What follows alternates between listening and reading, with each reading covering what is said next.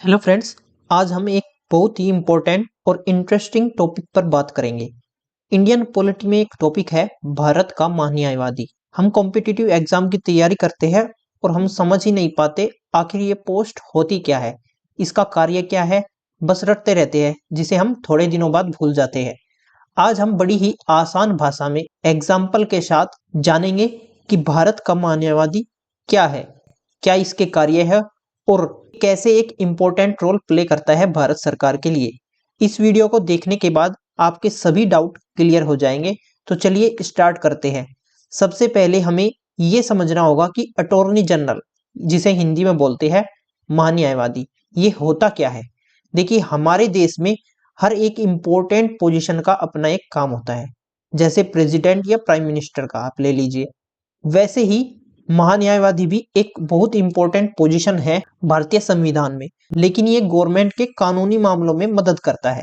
महान्यायवादी एक ऐसा लॉयर होता है गवर्नमेंट की तरफ से जो सुप्रीम कोर्ट में जाके केस को डिफेंड करता है। यानी गवर्नमेंट की तरफ से कोर्ट में अपनी बात ये रखता है। जैसे अगर गवर्नमेंट का कोई डिसीजन गलत हो और उसे किसी ने चैलेंज किया हो, तो ये कोर्ट में जाके गवर्नमेंट की तरफ से अपनी बात रखता है। इमेजिन आप कीजिए, देश में कोई इंपॉर्टेंट रूल बनाया गया है, उस रूल के बारे में कुछ राजनेता है जिन्हें इससे प्रॉब्लम है और वो कोर्ट में जाकर उस रूल को चैलेंज करते हैं। तो ऐसे में महान्यायवादी का काम ये होता है कि वो गवर्नमेंट की तरफ से कोर्ट में जाए और केस को डिफेंड करे।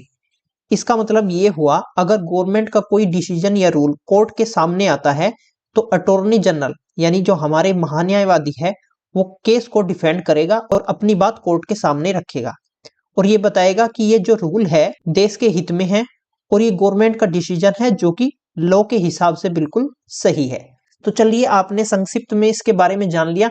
उम्मीद करते हैं कि आपको ये पूरा समझ में आ गया होगा कि ये होता क्या है, इसके कार्य क्या है। अब जो हमारे फैक्ट्स है जो कि एग्जाम में आते हैं उनको हम देख लेते हैं।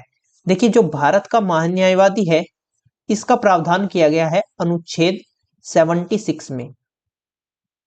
महान्यायवादी भारत सरकार का विधि अधिकारी होता है, यानी एक लॉ ऑफिसर होता है ये भारत सरकार का। भारत का महान्यायवादी न तो संसद का सदस्य होता है और न ही मंत्रिमंडल का, लेकिन वह किसी भी सदन में अथवा उनकी समितियों में बोल सकता है, लेकिन उसे मत देने का अधिकार नहीं है। ये कहा गया किसमें? अनुच्छेद जो हमारा है 88 उसमें। अब इसके अपॉइंटमेंट के बारे में देख लेते हैं, इसकी नियुक्ति के बारे में। महान्यायवादी की नियुक्ति कौन करता है? राष्ट्रपति, और वह उसके पश्चात पर्यंत पद धारण करता है। यह आपको याद रखना है।